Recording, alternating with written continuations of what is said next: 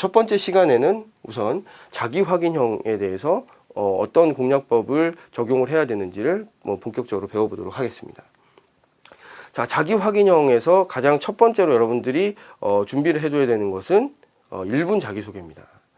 자, 1분 자기소개는 어떤 때 시작을 합니까? 면접을 시작하기 전에 시작함과 동시에 면접관들이 여러분들 1분 자기소개를 한번 해보세요 라고 질문을 하죠. 그런데 여러분들 그 1분 자기소개를 하는 데 있어서 여러분들이 조금 염두에 두셔야 될 것들이 있습니다. 뭐냐면 제가 여러분들의 취업 스터디를 쭉 들여다 보니까 이런 식으로 취업 스터디를 하더라고요.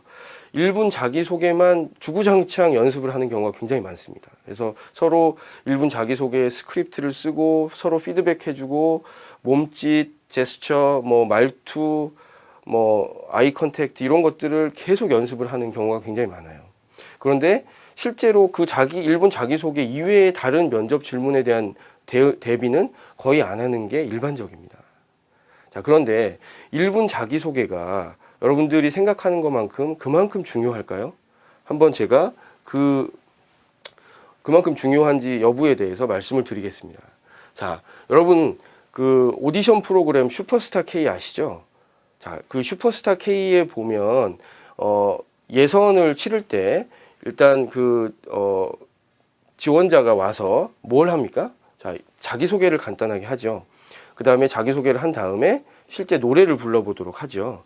자, 그런데 여러분 어떤 지원자가 왔는데 1분 자기소개를 아주 멋들어지게 잘했습니다. 손짓, 발짓, 제스처를 써가면서 아주 재미있고 멋들어지게 잘했어요. 아주 강렬한 첫인상을 남겼습니다. 자, 그런데 본격적으로 그러면 노래를 한번 불러보세요 라고 주문을 하니까 노래가 엉망이었어요. 자, 두 번째 지원자는 자기소개를 하라고 하니까 쭈뼛쭈뼛하고 조금 쑥스러워하면서 그럭저럭 자기소개를 했습니다. 그런데 노래를 시켜보니까 노래를 너무 잘하는 거예요. 아주 가수처럼. 자, 여러분이라면 전자를 뽑겠습니까? 후자를 뽑겠습니까? 예, 당연히 후자를 뽑겠죠. 면접도 마찬가지입니다. 1분 자기소개는 자기를 소개하는 용도이지 면접의 아주 중요한 부분을 차지하는 질문이 절대 아닙니다. 그래서 대부분의 기업들에서 면접 초기에 아이스 브레이킹 용도로 활용을 하는 정도이지 이 1분 자기소개를 잠깐 버벅거렸다고 해서 떨어지거나 1분 자기소개를 아주 잘했다고 해서 합격하는 사례는 거의 없습니다. 실제 중요한 거는 1분 자기소개가 아니라 1분 자기소개가 끝나고 나서 본격적인 면접 질문이 시작될 때 어떻게 질 높은 답변을 할 것인가, 이게 중요한 것입니다. 여러분 아시겠죠? 자, 그런데 그렇다고 해서 1분 자기소개를 엉망으로 할 수는 없잖아요. 왜냐하면 지원자에 대한 첫인상을 결정하는 면접의 시작 질문이기 때문에. 그렇죠?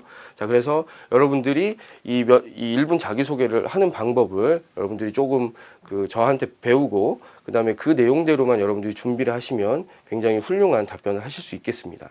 자, 그 다음에 여러분들한테 말씀드릴 게 뭐냐면 1분 자기소개를 해봐라 하고 유사한 질문들이 있어요. 무슨 얘기냐면 자, 자신을 무엇인가에 비유한다면 무엇입니까? 당신을 색에 비유한다면 어떤 색입니까? 자신과 가장 유사하다고 생각되는 영화 속 캐릭터를 이야기해 보세요. 이런 질문들이 나올 수도 있습니다. 자, 이런 질문들도 1분 자기소개하고 똑같습니다. 본질적으로는 똑같아요. 그런데 1분 자기소개는 여러분들이 연습을 해오기 때문에 그 연습해온 스크립트대로 듣는 것보다 이런 다른 조금 간접적으로 물어보는 질문을 통해서 여러분들의 특성을 좀 확인하려는 질문들을 던지는 거죠. 그러니까 본질적으로는 동일하다고 여겨주시면 되겠습니다.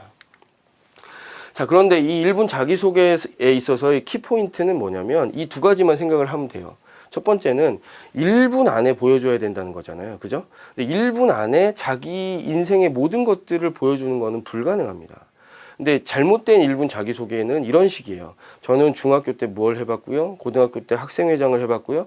대학교 때 동아리 회장을 해봤고 어떤 부분에도 관심이 있고요. 인턴도 해봤습니다. 이런 식으로 자기의 인생 전체를 나열하는 형태입니다. 이런 식의 나열은 면접관 입장에서 보면 아무 임팩트가 없어요. 그래서 여러분들이 가장 핵심적으로 여겨둬야 될 건 뭐냐면 1분 동안 자기소개를 하는 거기 때문에 자기에 대한 한두 개의 임팩트 있는 이미지를 심어줄 수 있는 캐릭터를 잡아야 된다는 겁니다. 그게 핵심적인 포인트예요.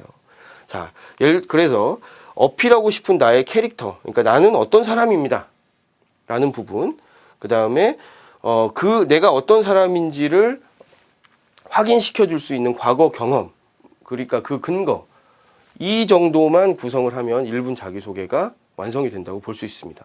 그런데 나는 어떤 사람입니다라고 하는 것보다 조금 더 나아가서 그 나의 특성을 상징할 수 있는 어떤 캐릭터, 상징물을 동원할 수 있다면 그 상징물을 서두에 배치를 하면 보다 아주 강렬한 임팩트 있는 이미지를 심어줄 수 있기 때문에 더 좋을 수 있습니다. 예를 들자면 나는 추진력이 강한 사람입니다 라는 걸 강조하려면 나는 인간 불도저입니다 라고 하면 어떤 일이든지 간에 추진력 있게 밀어붙이겠구나 하는 이미지가 면접관들 뇌리 속에 확 박히겠죠. 그런 효과를 누리기 위해서 어떤 상징물을 서두에 배치하는 것도 굉장히 좋은 방법입니다. 자, 그래서 어떤 상징물을 서두에 배치하고 어필하고 싶은 캐릭터, 나는 어떤 사람입니다 라고 얘기를 하고 내가 어떤 사람인지에 대해서 그걸 뒷받침할 수 있는 근거로서의 과거 경험들을 몇 가지만 배치한다면 아주 훌륭한 자기소개가 완성된다고 볼 수 있겠습니다. 자, 예시를 한번 들어볼까요?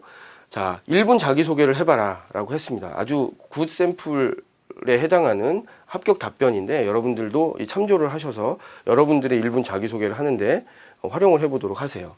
자, 이 사람은 굉장히 몸집이 왜소하지만 추진력과 끈기로 무엇이든 해낼 사람이다 라는 캐릭터를 강조하고자 합니다. 그 캐릭터로서 임팩트 있는 이미지를 심어주고자 하는 사람이에요.